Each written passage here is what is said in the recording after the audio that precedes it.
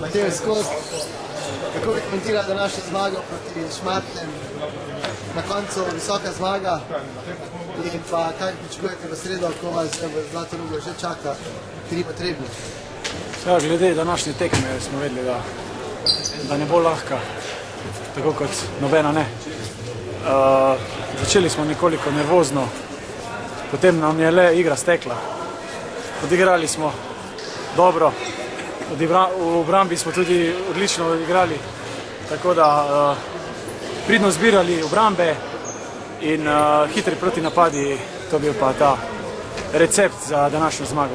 Glede srede pa tako, spet se treba dobro pripraviti na neugodne igralce, katere ima Trimo, to sta oba dva srednja, krilo in pa seveda črta.